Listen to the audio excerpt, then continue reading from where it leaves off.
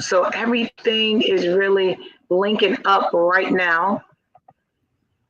This is the beautiful part about what we're doing tonight. We wanted to make sure that we were going to be streaming on all of the platforms. And so I'm excited. I am truly excited. If anyone online, if you are having any difficulty hearing me or hearing my guests, please type inside your chat the comments. We're going to be checking those periodically just to make sure that we can address a lot of the questions that may come up. But I am super excited. If you are just joining, my name is Joanna, and I have been doing emotional intelligence series of different topics. I've spoken with authors. I've spoken with leadership in corporate America. I've spoken with elementary school academia probably about a month ago. And so now we are bringing on another professor, which is Rudy Darden, which I'm going to get to him in a moment, and give him, of course, the introduction that he really deserves. In the meantime, if you have not already gotten your copy of Hard Work of the Soul, it was a book that really God had there it is. There's the book right there. If you have not gotten your copy of Hard Work of the Soul, I strongly encourage you to get your copy. I wrote it probably a few months ago. It is something that has been in my heart. If you know anything about emotional intelligence, there is work that is involved, so that way you can be the best version of yourself that you can be. So no more blaming your mama, your trauma, your cousins. It is now time that you take responsibility for where you are showing up in life. And so what I did was I wanted to collaborate with different speakers that really understands the value of emotional intelligence and is able to give their perspective on how it is, in this case, the unsung hero of college success. And so I am elated that I am bringing on Rudy Darden. And I love Rudy Darden because if you are not familiar with him, he is also an author. He is also a facilitator, a tenured professor at Valencia College. He is also a professor at the University of Central Florida. And just wanted to let you know, while at Valencia College, he has served in many positions. And we're talking about positions such as faculty vice president, as well as president. His leadership in higher education builds on the leadership foundation established in the United States Marine Corps. So thank you for your service, Rudy Darden, with the United States Marine Corps, earning multiple medals and accommodations for his service as a Marine from 1999 to 2003. His insights as an accomplished professor has allowed him to be a resident expert, feature on local and national news. And get this, he has been on Central Florida's ABC. He's been on CBS. He's been on Spectrum. He's also been on PBS. So I'm already talking about a lot of different news and media casts. I mean, I am so glad that he's on the show today. He is also a national seeking educational equity and diversity trained facilitator, which we need this so much in the state of Florida with diversity and inclusion. As well, he earned the certificate from the University of Washington. He has facilitated conversations for nonprofits, for the Peace and Justice Institute, for the Polis Institute. He has traveled nationally. He has traveled internationally, doing conferences, nonprofit organizations, for-profit organizations. You guys get what I'm saying. And I promise you, I'm not exaggerating this at all. But I am so glad to have Rudy Darden. Rudy, how are you doing? What a tremendous line of work that you've come into this space already with. I am humbled. Thank you for having me. And I don't know if you can hear me on the YouTube side, but I am just humbled. And that took about 4 minutes to do that intro. And I have to find a way to kind of trim that down then, so that we can make sure that we jump into topics. That's usually an intro that's said right before I get on stage. And so I thank you. Thank you for reading that and sharing those accomplishments with the audience. Absolutely. Listen, I'm honored that you are here. Listen, there are multiple people that are on, and I want to jump right in. Sure. Because you have some people that are really looking to learn. I mean, you have been a professor specifically in the academia space for the last 16 years, and you have a wealth of knowledge and experience to go in those 16 years. There are students, Professor Darden, that are going into college over the next, maybe it's in a week or now or 2 weeks from now. And for the existing students that you may be watching, we're about to talk with you in a moment. But if you miss some of these key foundational steps, you can always go back and try to set those pieces up. But first, I want to talk to any parents or any college students that are about to enter that space. And Rudy and Professor Darden, can you tell us what is some of the right conditions that a college student must be aware of when they are entering this new space? Well, first, a lot of times, and by the way, school for us starts next week. So today was our welcome back gathering for all of the faculty, all of the employees.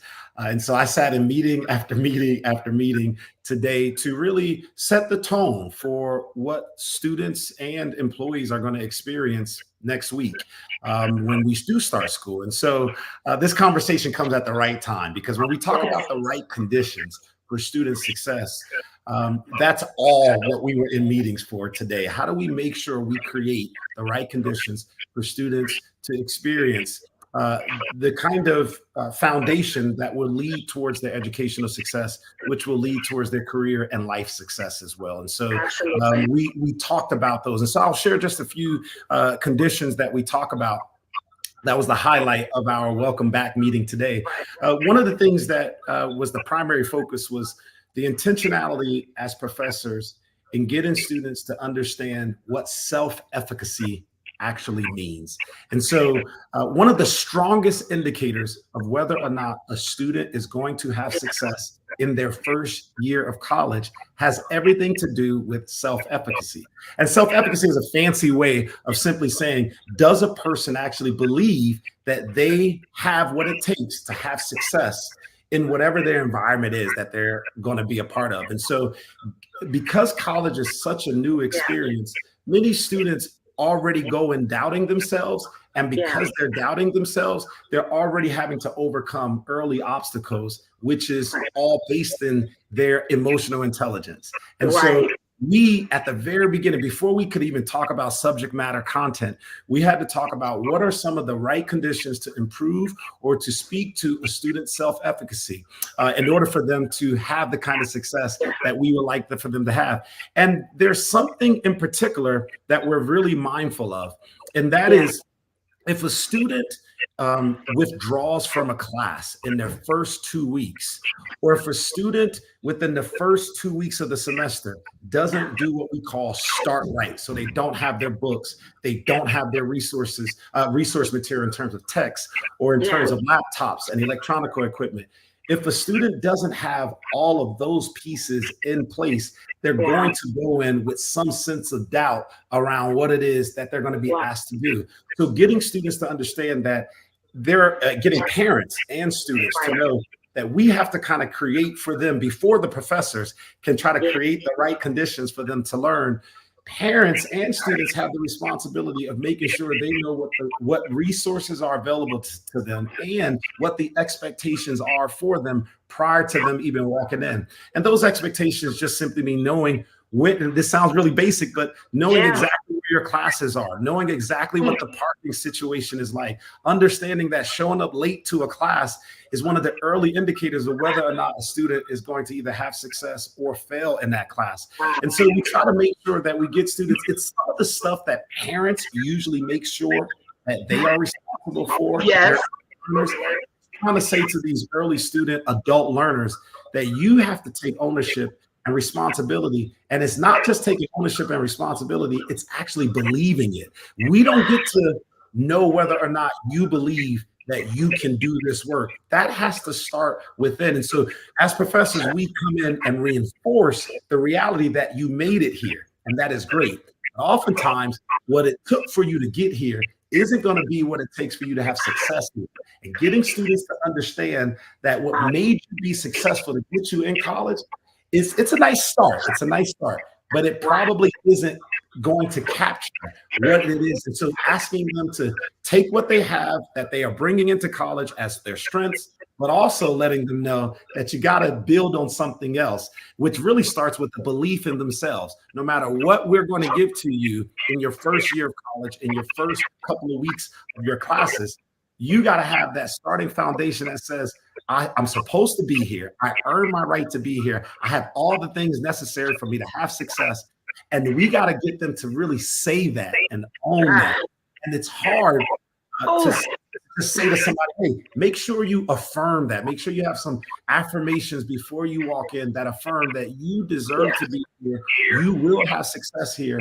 And if you don't have success, don't worry. Within your first day or two, we have enough resources to show you and to give you something that you'll be able to build on. But we have to have something to build on. And that's where the parents and the students doing their part prior to coming in, they really have to have that kind of intentionality if they want to have success. No, I'm so glad that you said that the parents have to have intentionality before the student even gets there. I think about my children, right? I have one adult or college student that went off to college, and then I had another college student.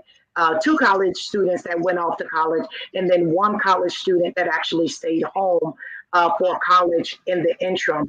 And there had to be work that I had to do prior to my son and my daughter going off to college. I had already had to set them up, and I had to let them know from a this is why it is so important that we don't be lazy parents. Oh. Let me just kind of start there, because sometimes we just expect for the child to get it done. You should not have to wait until interim report to know your kids' grades. You should not have to wait to report card to know your kids' grades. You should not just be learning about FAFSA their 12th grade year. You as a parent have to begin to do the work. And guess what? If you've never went to college, that's no excuse. And isn't that, and I'll just tell you, that is one of the biggest things that my students tell me in that first week of school. Hey, I don't really know if I can do it. My parents they believe that I can do it, but I haven't really seen them have the kind of success that they're asking of me. And so they don't know how to help me navigate what are the paths that leads towards my success. And you're right, it really comes down to, hey, is a parent of an early college student ready to go to college too? And not necessarily be there in the class, but one of the things that we say that really determines a student's success, and I definitely have to say, I hope that people really lean into this part, because there's something that we hold on to, which is a student's success in the classroom has more to do with what the student does outside the classroom. And so if you want your child to have success with those grades, it has everything to do with what you're doing as a part of the support system. I'll just use this as an example. Imagine my children going off to college, right? Imagine what they'll have as resources available to them. Well, college for them didn't start when they were in high school. The preparation for my kids started when they were in middle school, because I needed them to take an early math and science class so that they can already have high school credits by the time they get to high school. Absolutely. So that when they get to high school, they can begin to have the dual enrollment credits needed to begin college. And it's having that kind of insight as a parent. Now, obviously, I have that because that's my job. But outside of having that, the reason why we have discussions like this with parents and with the community is to say, if you want your child to have the same type of success that we know parents who have a certain type of job and a certain kind of experience, their children, just by virtue of them seeing it and experiencing it, they begin to pick up on some of the things necessary in order to have the same type of parental success. And so, the success that their parents had. And so not having an education, though, in terms of a degree, a higher level degree, is not an excuse, or is not the thing that says, hey, that's why my child needs to do this on their own. No, you said it right. We can't be lazy parents if we're expecting for our children to go ahead and get those degrees and have those career pathways open for them. Because both parties are going into a new environment. And we're not telling the child or the college student, no, I don't want you to go to college because you've never been to college before. It's a good point. It's a great point. It's a great point. Like, that can't be the excuse. And so there has to be a certain level of ownership and intentionality that as a parent that you have to take in your child's education. I know that I had to do it with my children.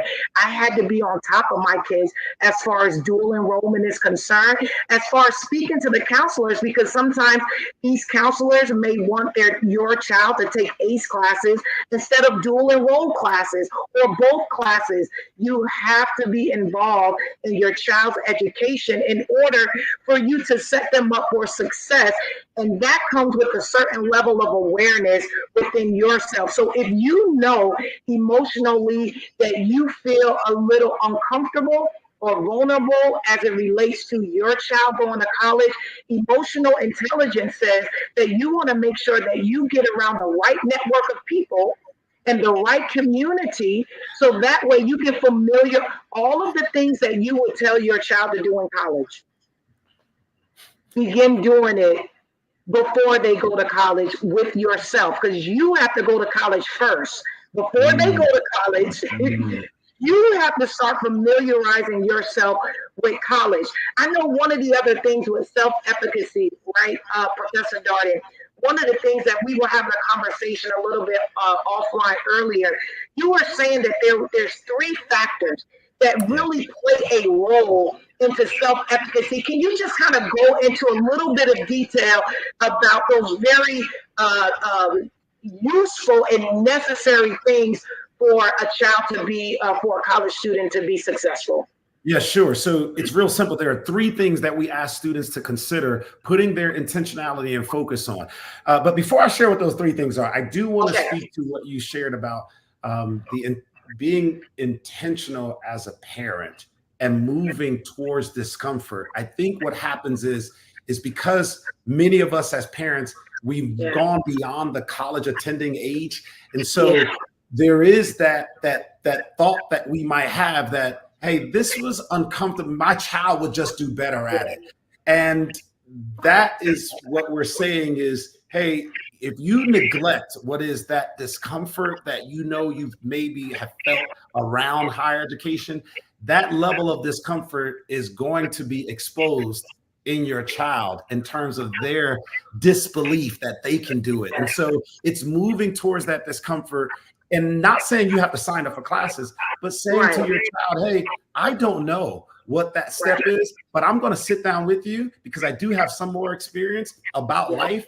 And I'm going to help you, and we're going to figure this out together. And I think it's having them know that, hey, I'm not in this alone. And that's what helps them have success in college. They know that they have professors on their side. They have counselors on their side. They have all of these types of mentors, and they have internship opportunities. There are lots of things. So just making sure that we move towards that discomfort is certainly something that parents can say, hey, this is the motivation for me to say, I got to sit down and help my child navigate the resources available to them. But to get to your point on the three things that we tell students that they have to be intentional about, number one is you got to have your attention and focus on the different relationships that you are part of. So those relationships include relationships that might be your girlfriend, your boyfriend, your bae, your boo, your situationship, whatever it is that you might have in terms of relationships out there. If you don't have a grasp on your role in those relationships that you're a part of. And I'm not just talking about intimate partners. I'm also talking about your relationship with your cousin, your mom, your sister, Right. your brother. If you left your family's house on bad terms, you're probably not going to have success in college in your first year, because self-efficacy has everything to do with how well you feel about yourself when it comes to relationships. And so we always tell students, you got to have some attention and focus outside of the classroom on your relationships. Take an inventory of all the relationships that you're in that require some kind of time of you, and then begin to manage those relationships accordingly in terms of what you have to give. So that's the first thing, making sure that we understand, get people to look at their relationships outside of the classroom if they want to have success in the classroom. Can we pause there 1 second? Because I know that this might be a given answer, right? However, when we're talking about those relationships, right? If you are hanging around a lot of people that are not going to college, that's not it. That's probably not a good thing, right? Consider your relationship. If you are hanging around a lot of people that are looking at other means as far as starting whatever transition that they want to, if they are not aligned with where you are going, either they are going to support you or they're going to pull you down. Gravity itself says that it is easier to pull someone down than to pull someone up. And that there's a lot of people, I just want to kind of put this out there, that you purposely keep friends around you because you want to put an S on your chest and you want to be Captain Savior. It's time for you to let those people go. For any of the people that is watching right now, you know, even right now, that there are some people that are attached to you that you know that you should have let go a long time ago. May this be the confirmation and affirmation that you need, right?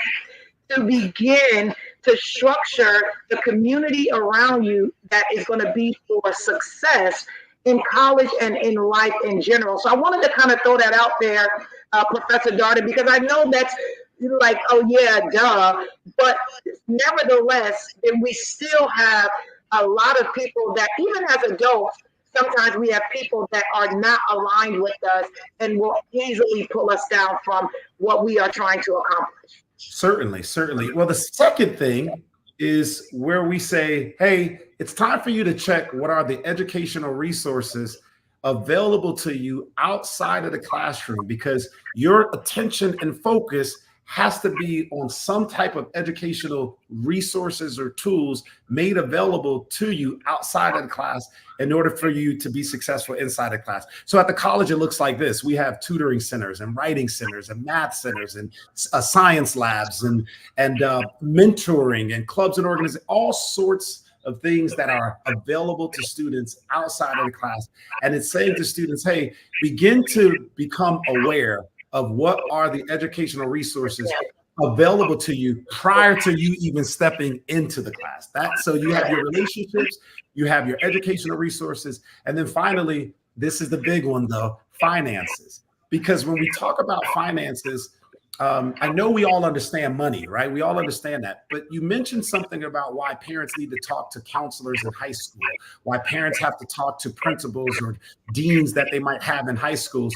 The reason why that's so important is because the motivation for a high school teacher and counselor to not have a student dual enrolled has everything to do with the dollars and cents that the high school is going to receive from students who are in certain types of classes that may serve the school well, but it may not necessarily serve the parent and the student well, because they might need to be into a different category that might mean less dollars for the school, less grading points for the school. So it's very important to understand that dollars and cents have to make sense, right? Like we have to make sure that we're understanding the motivations. And so while there is that component of making sure that your child has financial resources made available to them, or a job, a part-time job, or something that allows for them to have some kind of income where they're not always in the back of their mind worried about when's the next meal, how am I going to get the next, I'm the broke, struggling college student. Broke, struggling college students usually don't have success in their first year of college. And if a student doesn't have success in their first year of college, that student is less likely to go on to get a 4-year degree in the first 5 years. They are Wow. 70% more less likely to get a degree. So only 30% of students who go on, or 30% of students who have some kind of issue in those 3 areas will go Yeah. on to have education and success Wow. within their first 5 years. So Wow. it's so important because how do we know that data? Where does that data come from? Well, that data comes from when we ask students who have already withdrawn from classes or Yeah. who don't have a degree within their first 5 years, what prevented you in year 1 Right. from getting Right. your degree? Or what do you think now in hindsight? So I'm giving you insights from the data that we pull when we survey students who did not have the kind of success that they desired early on. And they have reported to us saying, hey, it's either something that has to do with a significant relationship they're part of that pulled them away, something to do with them not being able to access the educational resources and tools made available to them, or they'll say, I just didn't have the money. Or I had the money, but it was because I was working a 10-hour shift or I was working crazy hours. And so we just have to find a way to make sure that those 3 areas are at least on the forefront of a student's mind as they begin to say, I believe I can do this because I have the 3 most challenging factors covered before I even enter college. If you can do that, I have had 10,000 students in my 16 years of teaching. Wow. I can tell you from experience that if you can make sure that they start right, I teach English composition and literature, right? And so we can get them to start right, understanding one of the hardest subject matters that people say part of their college experience. It becomes less, what I would say, hard when students begin to realize that all they have to do in order to have success in my class is take care of business outside of my class in those 3 areas. That's a huge thing, because a lot of the times college students are not looking to take care of things outside. They're either unless it's the night before, sometimes then they're trying to take care of things.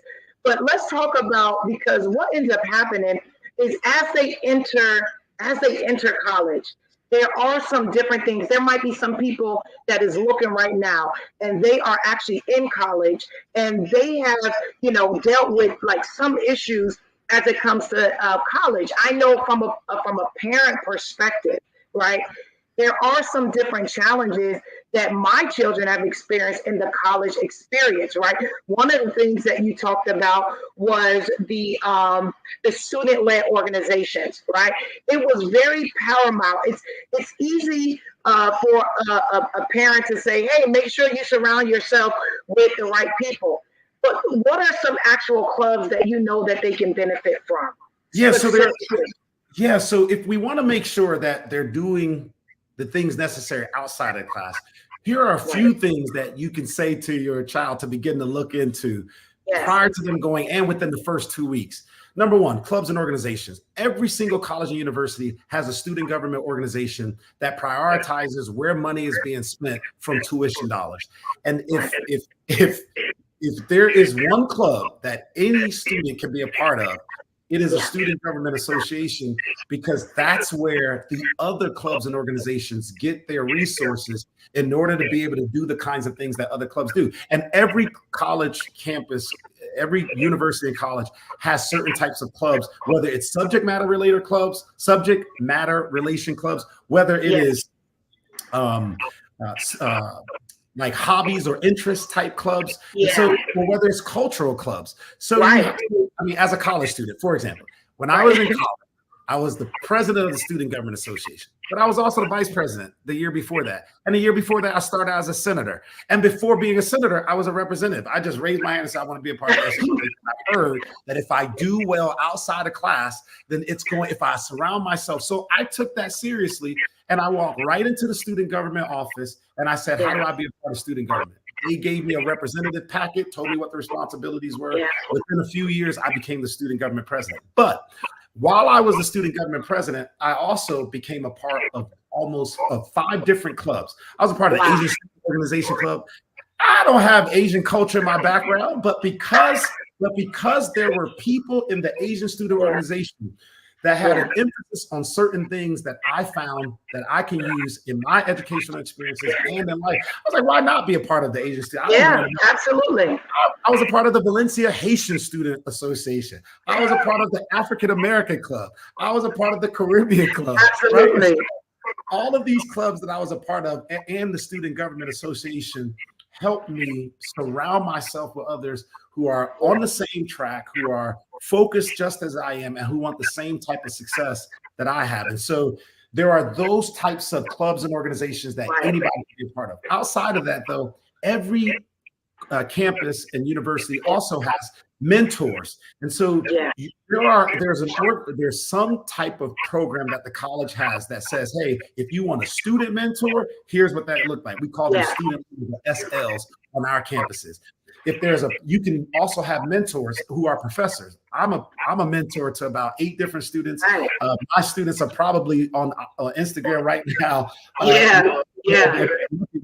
Or will see this and realize, oh, my professors are on late at night. They're not used to that.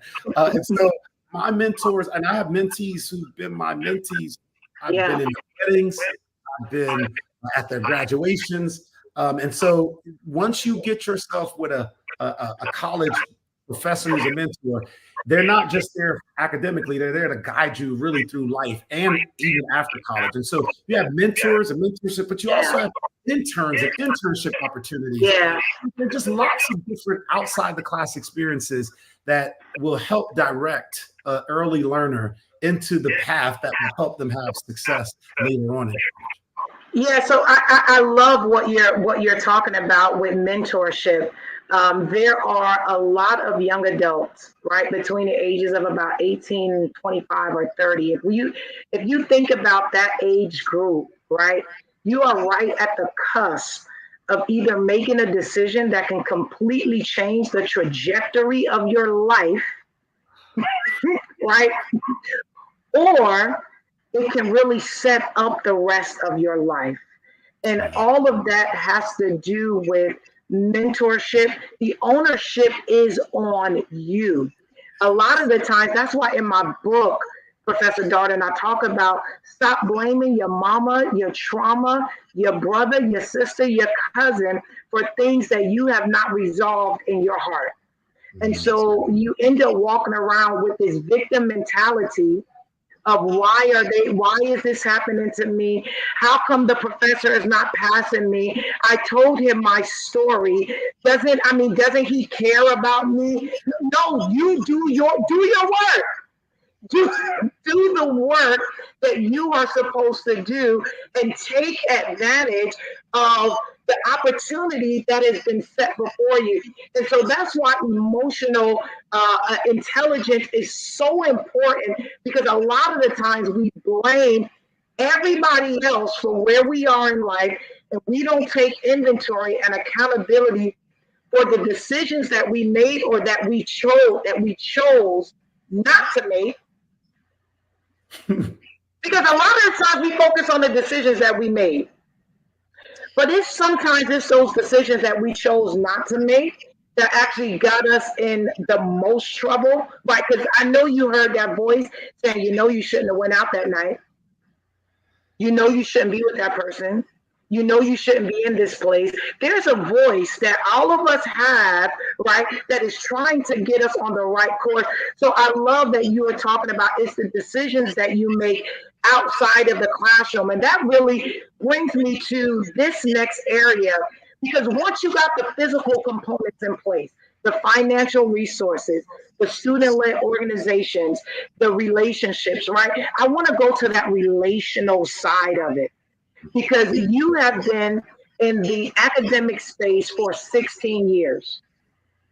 And there are a lot of students, I think you just said over 10,000 students that have come through your classroom.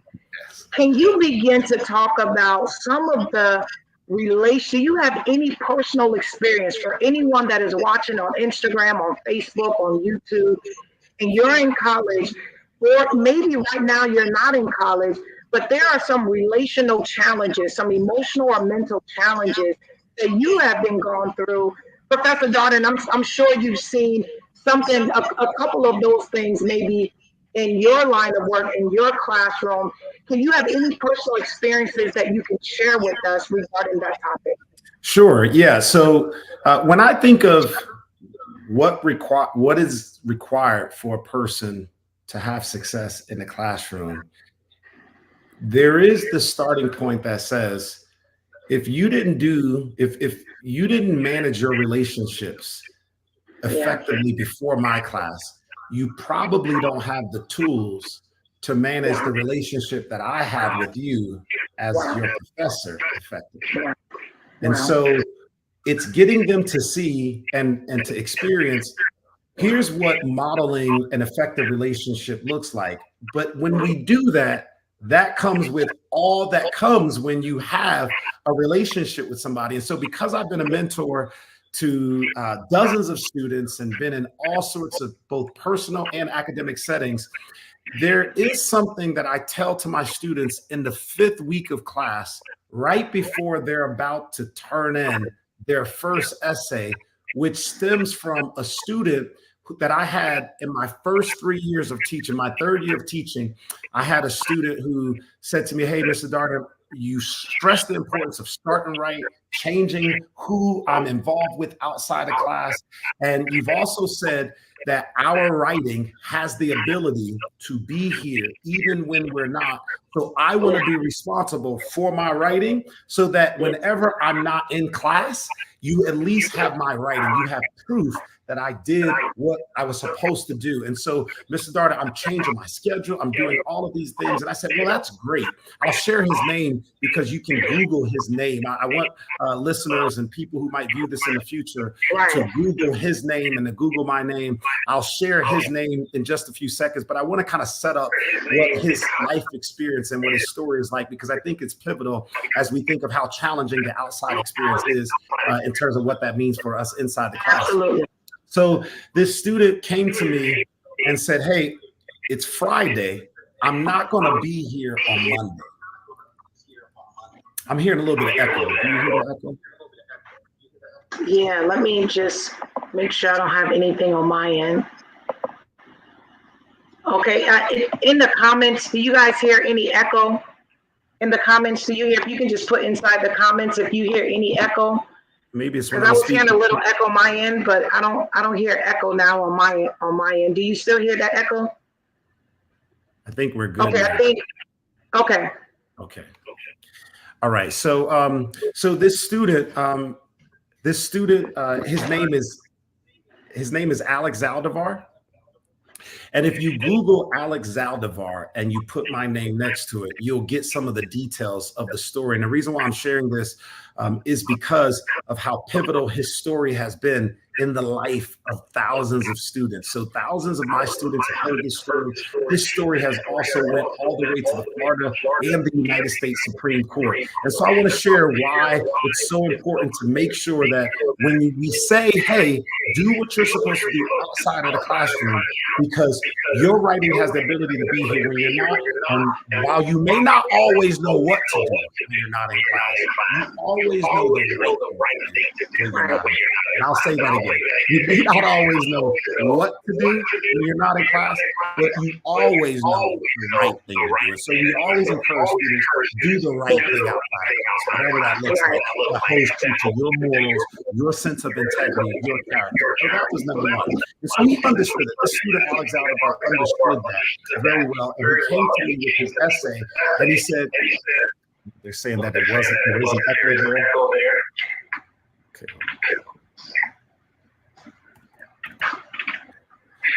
So this. Okay. I just read that. Okay. I'm trying not to read the comments. I'm trying to focus because I want to make sure that this story is really clear to us. Yes. So the student came to me, and what he shared was, Mr. Darden, the reason why I want to come in early is because I know I'm not going to be here on Monday. I know that I have to go to testify against people who robbed me on trial. And he said, Mr. Darden, you said that you need to do the right thing outside of class. So since I'm not going to be here on Monday, I know I need to turn in my work early. It's something I would have never done prior to being in this class. But now that I know that I need to be intentional with doing the right thing, I'm going to turn in my essay early. So he turned in his essay early. And the last words, he told a very significant story around him being ignorant, drinking and driving. The story had to be a time where you learned a lesson, any kind of life lesson. And the life lesson that he learned is that it's not good to drink and drive, and it's definitely not good to drink, drive, and race, because he was racing. And so he got into this car and it was drag racing. His car flipped over. And so he titled his essay, "What Turned My Life Upside Down." And he was saying that his life got turned upside down from the accident that he had, but his car actually got turned upside down as well from the accident. And so he was all in the process of flipping his life around and really in the process of doing that right thing that we talk about you should be doing. And so he was saying that him turning in his essay early is a part of him doing the right thing. And the last words that he wrote in his essay were, "I'm more than thankful that I'm still alive." And he was saying that given the experience that he was sharing in the front part of the essay. And so I was like, Alex, man, that's so great, man. This is a solid essay, man. You know, you just got to maybe do a couple of things here and there for the final thing. But man, right now, this is great. And I'm so glad you decided to turn it in early. And I said that to him. But the reason why I'm so glad now in hindsight and saying to him, I'm glad you decided to turn it in early, is because that same Sunday, so from Friday to Sunday, just before that Monday came for him to go and testify against the people who robbed him earlier, those same people came into his home and they shot and killed. The father said he wanted me to use the word execute. They executed his son, Alex Alvar. There were 2 other people in the home with him. There were 3 people who were supposed to go testify against these people who robbed him. And all 3 of those people were lined up in the living room and they were all shot in the head. 2 of them survived. 1 of them was my student, and that student is the one who I'm referring to now, Alex Alvar. Now, why do I tell this story? You know, what's the whole purpose? Well, because he wrote that essay and because he had his essay, we were able to then use, or at least I was able to use his essay as an inspiration to future students to do what they're supposed to do when they're supposed to do it, because their writing has the ability to be here even when they're not. And so let's go ahead and capture a story that can only be told from your perspective. Capture a story from your perspective so that it can be here when you're not here. We didn't know he wouldn't be here because he was going to be murdered, and his 2 friends who were going to testify were also shot as well. And so this was, it shook the class, it shook us.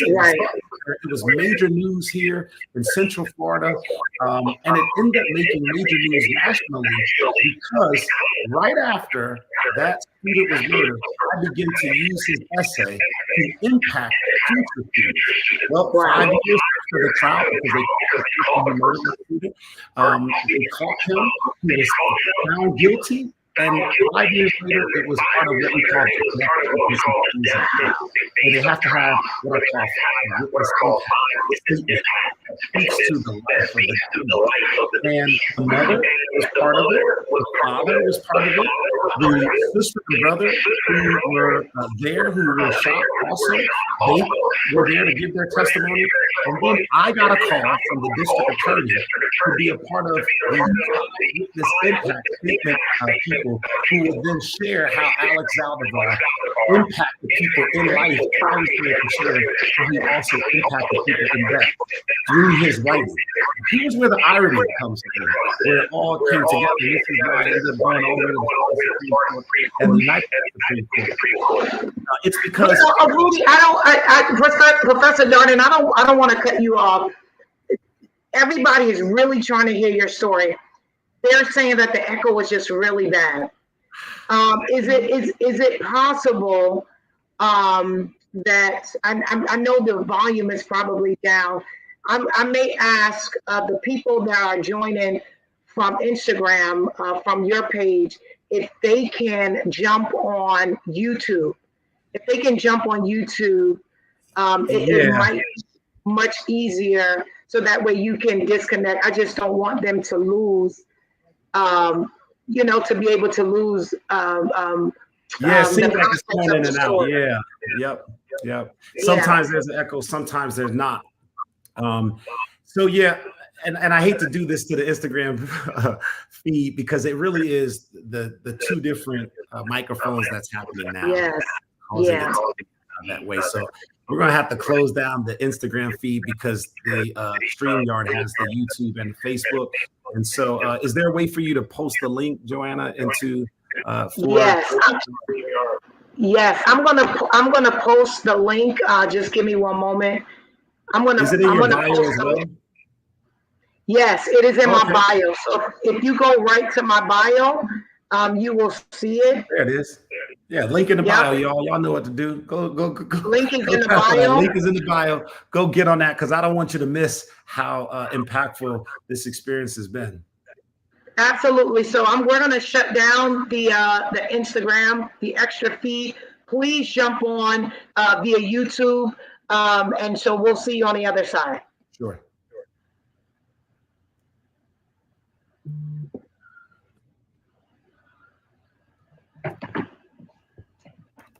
Okay. Okay, All we right. should have. Hopefully this will be better. You guys, let me know. Does it sound any better? Just put something in a chat really quick for the people that are on there. Just type something in that's in their YouTube. Just let me know if the Testing if one, there's an two, echo. testing one, two. Are there any echoes that you're hearing? Testing Any one. echoes?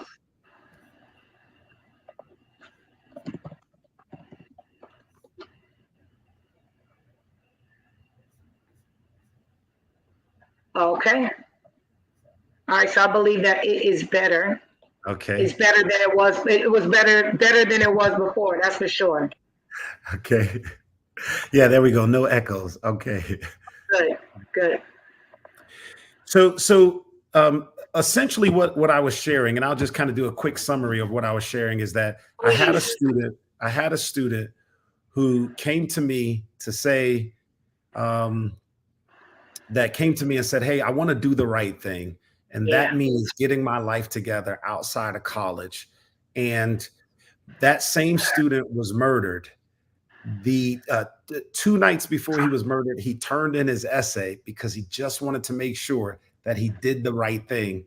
Yeah. And during the trial, the 5 year period from when he was murdered to the death sentencing, I had begun to use his essay in class to inspire students to put their all into their writing, to do the right thing, because if something were to ever happen to you, at least we have a story written from your Yeah. perspective Yeah. about how you learned a lesson, and that story can be passed on to others. So Right. that was my whole motivation behind using this story.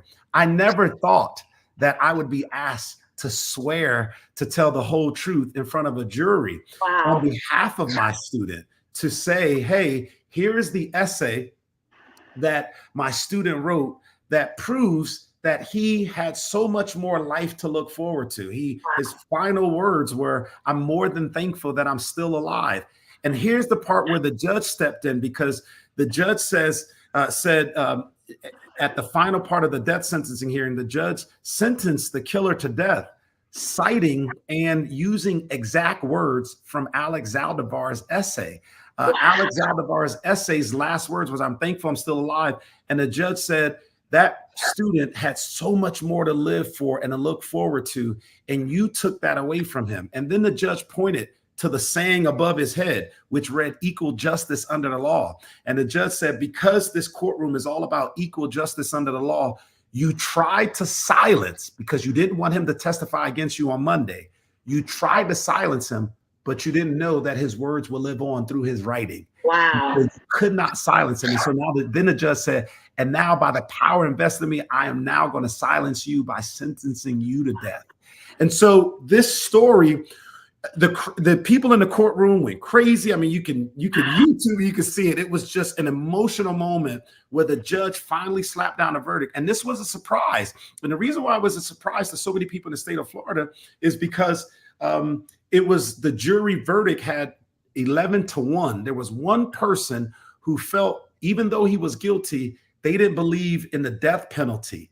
And because they didn't believe in the death penalty, one person on the jury said, I don't want to sentence this person to death.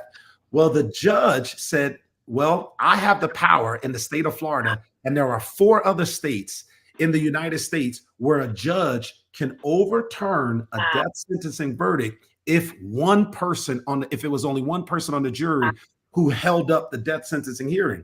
Well, the person who killed my student appealed his case, and other cases like that in 5 other states or 4 other states, all the way to Supreme Court. And they actually won. The killer's team actually won. And the Supreme Court kicked it back to the state of Florida to say, while Alex Aldavar and the other cases, there were like 80 other cases, including my student. While Alex Aldavar case was significant, a judge can't do that. A judge doesn't have the power to overturn the will of the people. A jury that said that he wasn't unanimously sentenced to death. So the judge sent it back, only for a new jury. The DA called me again to say, Mr. Darden, can you come in again to share that testimony? He was found guilty and sentenced to death the second time. And that just happened. This trial had been going on he was killed in 2012. The first sentencing was 2017. They had to re-sentence him again in 2020 after COVID and all of that. Well, if you Google this story, you'll finally see that this killer was once again sentenced to death. And again, part of it is because my student did what he was supposed to do. He did even though he didn't know that his essay would be used. He didn't know that he was doing the right thing in order for his own words to be cited when he was after him being murdered. He didn't know that a professor would use his words and that the people would say, hey, you can't do that. This is classic, like, hey, this shouldn't have happened. And while I don't personally believe in the death penalty, it's certainly something that, given what the experiences were, the outcome proved to be what was appropriate for the situation. And so while I've had over 10,000 students in my time as a professor, that story stands out as a pivotal story. It's something out of a movie that you see, where it's like all of these fantastic things had to happen for people who just said, I'm going to do what I'm supposed to do. And there were people like the killer who said, I'm going to do what I want to do. And we can see now and here we are now in 2024, and we're still talking about an experience that happened that was able to bring about a certain kind of what we call equal justice under the law. Wow, there's a lot of people in the comments right now. They're just saying, wow, what a powerful story. Someone just put inside the chat, how do you, from Crystal Johnson, how do you spell the student's name? What a powerful story. How do you spell that name? If you Google my name, Rudy Darden, and you Google his name, Alex Zaldivar, Zaldivar, you'll see that story. But hey, check this out. Hold on now, Joanne. I got something for you. I know we're coming up towards what might be the hour in the conversation. I want to make sure I tell you what happened after that experience. Yes, absolutely. After that experience, I started telling my students, hey, you got to put your all into your writing. You never know how your writing is going to be used long after this class. So put your all into your writing. Well, one student heard that. And was like, and stayed after class. And this was like a year or two later. He stayed after class and he said, hey, Professor Darden, I just got to tell you that I've been so moved by that story. And I was going to turn in this. And there were some poems that he was going to turn in. He said, but I didn't put my all into these poems. And so I'm going to go home and rewrite these. And this was on a Thursday. He was telling me this. And he said, because of Alex Aldavar, I'm going to go ahead and write these. And he left. And I was like, good, because I want to see you bring that stuff back to me. I would love to see it, see how this works out for you now that you put your all into your writing. Well, he left me on a Thursday, and then he went to a nightclub here in Orlando called the Pulse Nightclub on Wow. Saturday night. And those of you that don't know about what happened in 2017 at the Pulse Nightclub here, Wow. 49 people were killed, and seven of those students happened to be Valencia students, and one of them was my student who said, "Hey, I want to rewrite." And that student's name, and you can look this student's name up as well. That student's name is Corey Connell, because he came to me and said, "Mr. Darden, I want to do it the right way. I got to put my all into my writing now because I understand that it has the ability to be here even when I'm not here. And so I'm going to make sure I do my best. And I'm going to give you these new poems on Tuesday." Well, he went to a nightclub on Saturday, and that was the last time that anyone got a chance to hear from him. And here's the thing.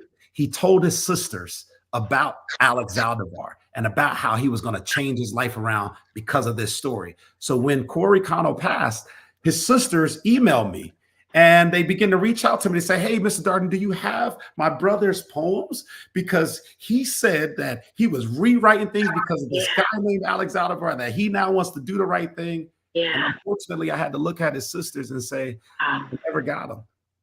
I know he knew what the right thing to do was, but I never got him. But don't worry. Here's what I promised his sisters." This is why I'm telling this story.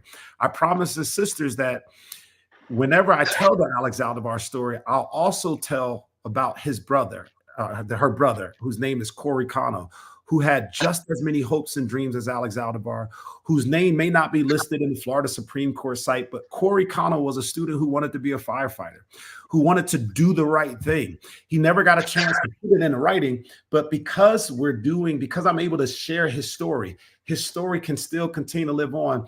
As much as Alex Zaldivar's story is an inspirational story, Corey Connell's story still can inspire people to do what they know they're supposed to do when they're supposed to do it, as a way to speak to something significant in our life that will be left behind. Because once again, writing has the opportunity or the ability to be here when we're not. And so when we take care of that, when we can make sure we capture our experiences, it does something for the way that people understand who we are. Because like we said earlier, we're all writing a story. I know we talked about this offline, but every single day that we wake up, we're on a certain chapter and a certain day of our life. I'm 43 years old, and so right now I'm on chapter 43. And there's this right now, it's 9:50 or something around there. So around that time, 9:57. Well, hey, I have a couple of more hours left in my day. Finish writing the page of my day. And I don't want to, and I'm not talking about writing particular, I'm talking about through my actions. And so when we talk about doing the right thing outside of the classroom that can give you success in the classroom, it's not just what we think of in terms of education, relationships, and finance. It's also holding true to the things that you say you're going to do, and to actually do those things, because one thing we know is that none of us is promised to be here forever, right? And so we do have to take care of business while we do have the opportunity to do so. Wow, Rudy, such powerful stories. For the people that are watching right now, I would love for you to take inventory of where you are in life. Where are you in life? Are you where you wanted to be? Right? Or have you accomplished some of the things that you wanted to accomplish that you wrote down at one point in time on a piece of paper? Maybe when you were 7 years old, 9 years old. Have you gotten stuck in a place of life where now you're surviving and you're not thriving? You're just working. You're just maybe going to school, just paying bills. What are you doing with the chapter that you have right now? There is still an opportunity for you to write your story. And I am so glad that Professor Darden, he gave you both sides of the equation. One student that took charge and was intentional about the time that they have on earth. Another student had great intentions, because we have good intentions, right? But follow through was something that was lacking. What are some of the things that you have neglected to follow through on? What are some of the things that you have just continued to push to the side? What is going to be your story? How do you want to be remembered? And so I'm glad because everyone has a decision to make. Maybe, of course, it may not be going to school. Maybe it's writing a book. Maybe it is changing careers, right? Maybe it is opening up a business. I don't know. Whatever your dream is, but it is time that you learn from Saldivar, and you also learn from Corey, and you decide where are you going to begin to write your next chapter, Mm, right? Uh, mm, you are the one that can do that. mm, You are the best writer of your story. mm. I want to just, know, I see we're coming up on the end of our time Yeah, here. I do want to just share that while we are all the main character in the story of our lives, yeah. I would like for us to consider what type of character we are in the story of somebody else's Wow. life. Because yes, we are great people to be the protagonist and the hero.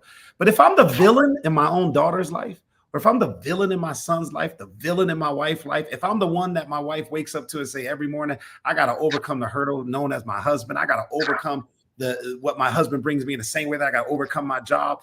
Hey, that's where we got to do that right thing, right? It's one thing for us to think of ourselves and the stories and the actions that we have in our lives. It's another thing for us to say, what kind of character am Right. I, to my son, to my daughter, to my friend? Because now I can begin to, we can't do anything about the chapters and pages that's already done, right? We cannot do anything about that. But we can, with whatever pages we have left, and we don't know how many pages we have Yeah. left, Yeah. we can begin to write a different story through our Yeah. own actions in the life of someone else.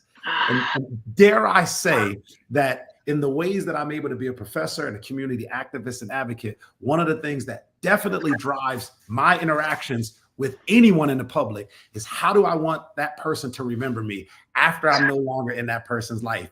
And that really begins to challenge my interactions with that person, because they're going to go home and do that little self-reflection that we all do at the end of the day. What absolutely. kind of day was this? What kind of experiences? And if I'm the jerk professor, the jerk dad at the end of somebody's day, the Yeah. jerk brother, the jerk cousin, like if that's what my title is for that chapter, can't do anything about that page, but I can do something about it the next day. And that's really something that I'm hoping is a good takeaway, from tonight's conversation.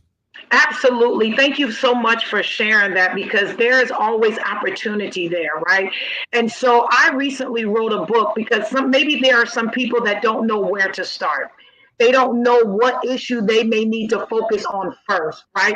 And so I wrote a book, and the book is called Heart Work of the Soul. If you have already not purchased this book, you can go to heartworkprecision.com and you will be able to purchase the book because the book is going to give you step by step instructions on how you can be aware if you're being the villain. How do you know you're the villain, right?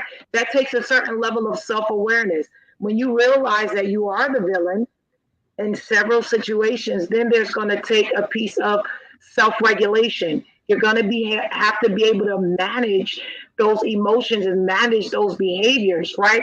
And in order for you to continue to do that, there has to be a certain level of discipline and motivation that is going to help you to continue to write that chapter.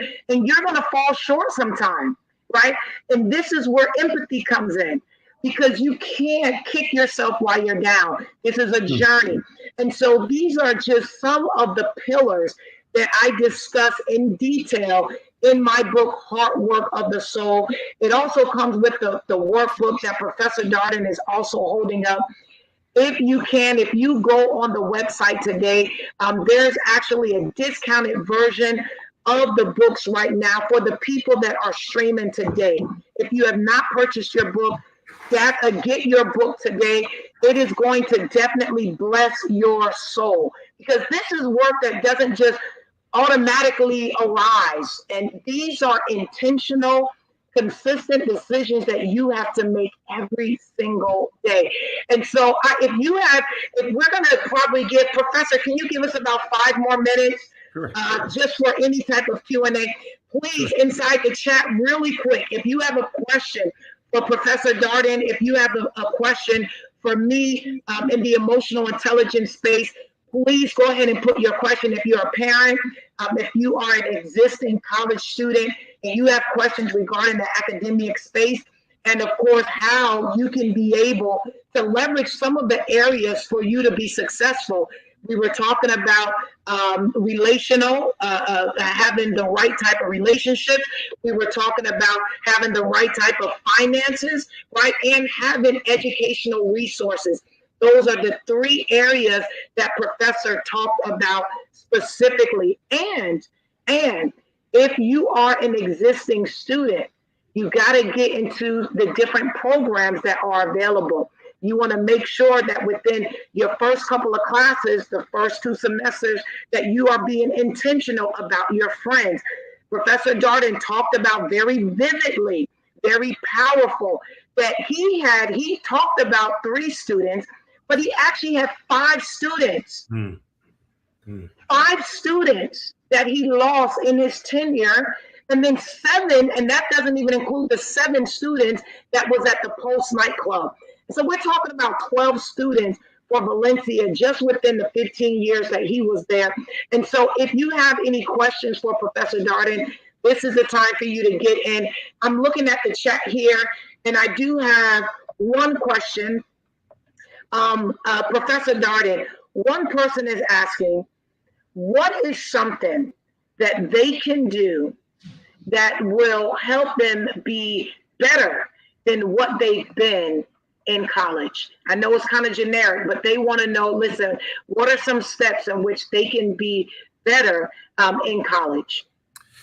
Just something very practical. Yeah. It starts with the belief that you are already a better person simply because you're thinking about bettering yourself through college. And so I think we start from a place of deficit, and we always talk about in college that when you have a deficit mindset about what you don't have and what you can't do and what might be some of the challenges, we end up setting ourselves back already, because self-efficacy has to be something that we address. And so if you want something really practical on like, what can I do like right now? Number one, you've already done it. You believe that you can be better. That's the first thing. You first have to have that belief.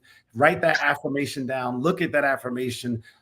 Make sure you tell others that, hey, this is where I'm going. This is the direction that I'm heading, and I don't want any kind of distractions. That's the first thing. Let it be known that you're in the process of bettering yourself, and you can't. So it's just making sure people understand what expectations that you have of them, and the kind of expectation that they don't need to put on you, given that education is now your number one priority. So that's the first thing. Belief in self and belief that you can do what college is asking you to do. College, to me, before going to college, used to seem like this big thing. It was like this like insurmountable and if that was the case, I would never be a professor. And if I was going to be, I wouldn't be a professor that would lasted this long and have had the kind of success that I've had. Because while people accuse me of a lot of things when I was younger, not a lot of people accuse me of being a college professor or one day being I've been accused of a lot in my life.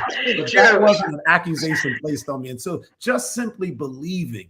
The next thing that I would say is another pivotal step is finding somebody who has gone to college. Right, beautiful. Really begin to have them pour into you. Be just as open as you are into a professor talking to you about it as maybe a cousin, an uncle. You know somebody with the 4-year degree. For me, it was my older brother.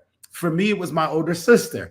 And I can't tell you how many times I had to call my older brother and my older sister during my college experiences to get me through. And if I would have told them at that time, continue bearing with me, brother. I see my brother in the chat. I see him. Me, brother, because one day I'm gonna be a professor. I think he definitely would have been like, well, I got you, but that's not how it worked. It was just at the moment saying, hey, can you help me out? You've been through this before. So I would say, number one, your belief in yourself has to be a starting point. You have to say it aloud. You have to write it down. You have to tell others about it. You have to kind of make sure that you've done the work. Don't just tell everybody your dreams and goals. That's not what I'm saying. I'm saying after you've already begun the process, let people know what kind of journey you're about to go on so that they can know what your expectations are of them and that they'll know not to place expectations outside of your priorities. That's the number one thing. And then the second thing is get with somebody who has a Yeah. 4-year degree and have them mentor you, or at least subject yourself to at least their stories of what it was like, so that you can at least lessen life's learning curves around college through their experiences before you get there. Great advice. Believe in yourself first and connecting. There was a Harvard Business Review study that said that 95% of your successes and your failures in life is based on who you habitually hang around. And so that is so important.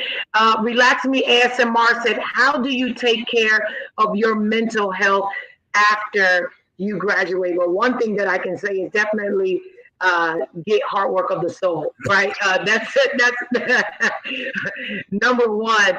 How do you take care of your mental health? I think one of the challenges, and feel free to chime in here as well, Professor Darden, is that a lot of the times people wait until their emotion has turned chronic before they try to heal, right? Now you have an infection, right? And now you're trying to listen to some CDs to try to get over this infection. And it's going to take some real work, right? How do you take care of your mental health after you graduate? The number one thing that I would say to anyone that is dealing with any type of emotional, and I'm not talking about diagnosis because I'm not a clinical therapist. I'm talking about from an emotional standpoint first, right? Because a lot of the emotional issues that we have right now, it starts from emotional place and then it turns chronic. So chronic sadness can turn into depression. Chronic worry can turn into anxiety.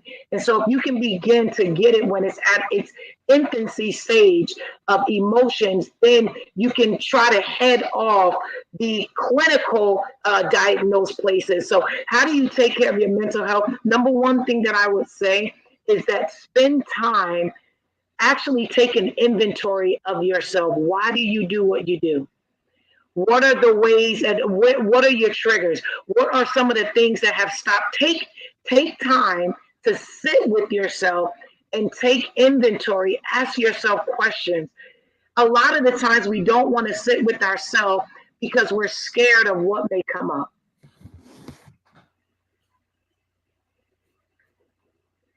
I'm just going to let that sit there one moment because maybe we don't like the person that is going to start talking back at us.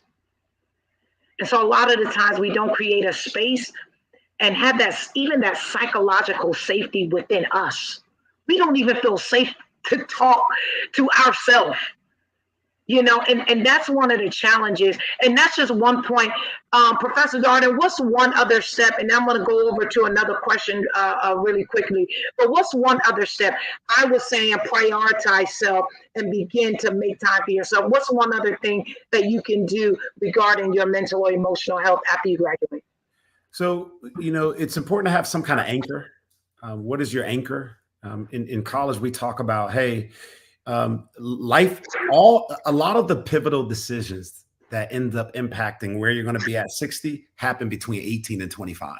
Yeah. And so there needs to be some kind of anchor that can keep you in place as all of these life experiences. For me, it was the military in terms of like the life challenges. It was military. It was suicidal thoughts. It was relational trauma and drama because of the bad decisions I made and how I related to people and didn't relate to people, how I engaged in relationships with some and wasn't a man of integrity in others. And so one of the things that I needed was to have some kind of anchor in all of life's challenges between 18 and 25. What was my anchor? And so my anchor was in God. Your spiritual relationship.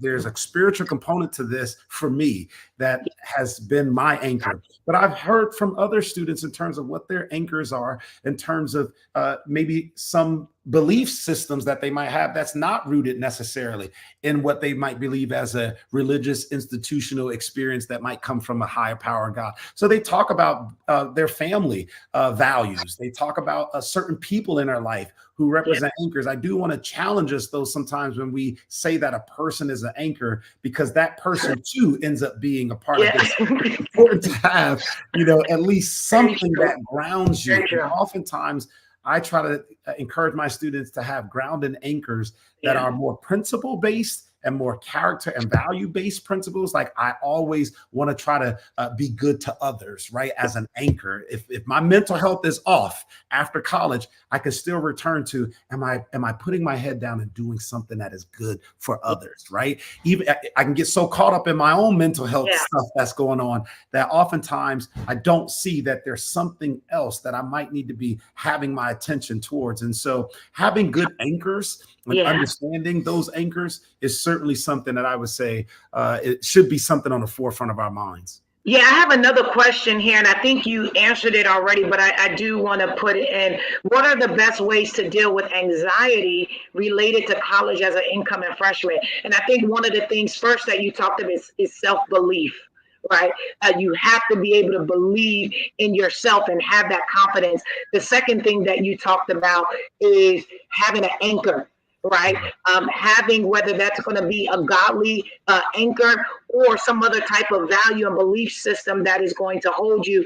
And so I would encourage anyone that is in college right now, if you don't have an anchor in place, join a student-led organization. For instance, if you are a believer, when you went into college, look for InterVarsity. Look for a type of club that is going to give you the support and the care that you need so you don't have to do this on your own. And I think a lot of people deal with anxiety because they're trying to figure out a whole bunch of things instead of just relying on some of the things that they already know. Like, you don't have to reinvent the wheel. If you believe in God, go to a Christian club. Right? If you like to play guitar, go to a guitar club. You don't have to go look for things that are outside of your interest if you already know the things that give you fulfillment. I'm just going to get one more thing in here, Alyssa, because we're going to jump off in a moment. I know a couple of people have joined a little bit later. This is going to be up on YouTube. You can go back and you can watch it. We're going to end this this session on this last question from Alexis. And she said, what is one piece of advice that you wish you were told in college? Okay, so I get this question a lot. I do, because I sit on a lot of panels and people always talk to me, and a question like this or similar. And I want to answer this in such a way that doesn't diminish the value of the question. Given what I've already experienced, there wasn't the advice that was given to me was exactly the advice needed.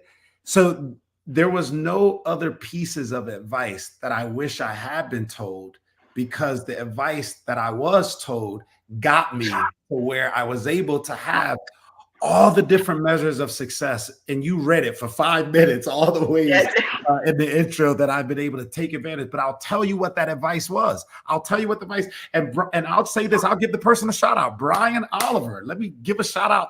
Okay. And Brian, I don't know if you're going to watch this, but Brian Oliver, back when I was sharing a little bit of a room with my brother, and Brian Oliver was his roommate, I remember Brian telling me this: the success that you want in the class is going to come from what you do outside the class. That is the best piece of advice that I can tell somebody. I don't know of any other kind of advice that would have been helpful to me, because the advice that I was given was helpful to me. And, maybe I can ask other people who started college, who maybe will talk to people who've had success, and then they'll be like able to say, hey, this was a piece of advice. But as far as I personally am concerned, I listened to the advice from others, and it gave me the measure of success. I do want to go back, Joseph, to that question, Joanna, from Akeem around anxiety. Yes. My students experience anxiety, and they have language for what is the discomfort that they have about the future. And whether it's a self-diagnosis of anxiety, because they watch a lot of TikTok, and they said, nope, all of these things match me. And so I don't need to go to a therapist to know that I'm filled with anxiety. I have an anxiety disorder, right? So that's what's happening. A lot of people are self-diagnosing because the information and content is out there for you to know exactly what you might be feeling. And so anxiety comes from this sense of worry about the future, right? And so we have this students are entering, every student enters college with a certain level of anxiety because they're uncertain about the future. And so it's saying to them, and this is what the research is saying about how good anxiety is to produce certain things in you that without the anxiety, you would have never gotten it. So what we're trying to say is don't always think you got to run from what is an anxious feeling or discomfort. You might need to lean into that. And so what I would say is one of the best ways that people can deal with anxiety related to finances or, making sure your grades are up is to lean into that, is to say, yeah, I have these feelings about my grades. So let me go to my teachers and tell my teachers, hey, I struggle with just the thinking about these assignments. I struggle. Let me go to my family. Let me go to friends and say, hey, the financial struggles haven't hit yet, but it's something that's causing me, because what you might need to hear is somebody who has your back saying, hey, I got you. I know you might be anxious, but I'm your professor. I got you. We want you to. We're not here to try to make you fail. Like if you're anxious about your grades, I'm anxious too. Like I'm probably anxious about their student performance in their class. And so there's a bit of anxiety that I have every time I start a new semester with students. But that anxiety it just forces me to say, hey, let's deal with what is that uncertainty about the semester. And that's when I can guarantee them certain types of success. This is when I come in and say, I can guarantee you an A in this class if you just do this, this, and this. Or I can guarantee that you'll have success outside of my class. And that begins to lessen the anxiety. And we can say to them, if you're having trouble with the anxiety that you feel about your finances, don't worry.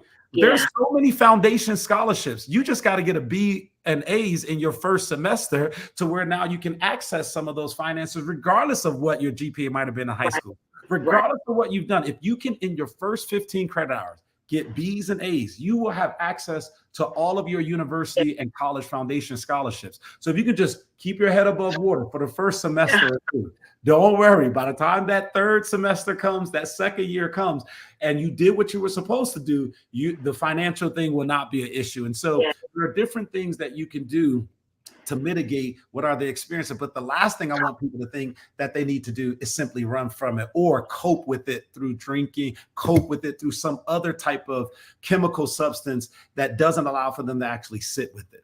Oh, thank you so much for that, because there has to be balance there.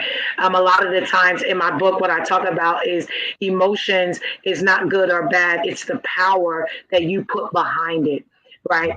If you didn't have fear in your life, you probably wouldn't be alive. Yes. Yes. Right. Yes.